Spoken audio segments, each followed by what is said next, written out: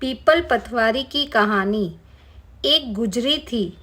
उसने अपनी बहू से कहा कि तू दूध दही बेच आ, तो वह दूध दही बेचने लगी। कार्तिक माह का महीना था। वहाँ पर सब औरतें पीपल सींचने आती थी, तो वहाँ भी बैठ गई और औरतों से पूछने लगी कि तुम क्या कर रही हो। तो औरतें बोली कि हम तो पीपल पतवारी सींच रही है। तो उसने कहा, इससे क्या होता है। औरतों ने जवाब दिया कि इसके करने से अन्न धन मिलता है, वर्षों का बिछड़ा हुआ पति मिलता है। तो उस गुजरी ने कहा कि तुम तो पानी सींच रही हो, मैं दूध दही से सींचूंगी। और बेचने के दूध दही से पतवारी सींचती है। उसकी सास रोज कहती कि तू दूध दही बेचकर पैसे लाकर दे। तो उसने कहा, जब कार्तिक माह का महीना पूरा हो जाएगा तब ला दूंगी। और कार्तिक माह का महीना पूरा हो गया। पूनम के दिन गुजरी की बहू पीपल पतवारी के पास धरना देकर बैठ गई।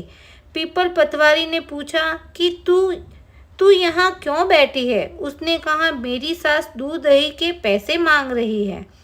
तो पीपल पतवारी ने कहा, मेरे पास पैसे नहीं हैं। ये भाटे डंडे पान पत्ते पड़े हैं, वह ले जा और गुल्लक में रख देना। जब सास ने पूछा, पैसा लाई। तो गुजरी ने कहा, मैंने पैसे गुल्लक में रखे हैं। तब सास ने गुल्लक खोलकर देखा तो सास देखती रह गई। उसमें हीरे मोती जगमगा रहे हैं। पत्तों का धन हो गया। सास बोली कि बहू इतना पैसा कहाँ से लाई।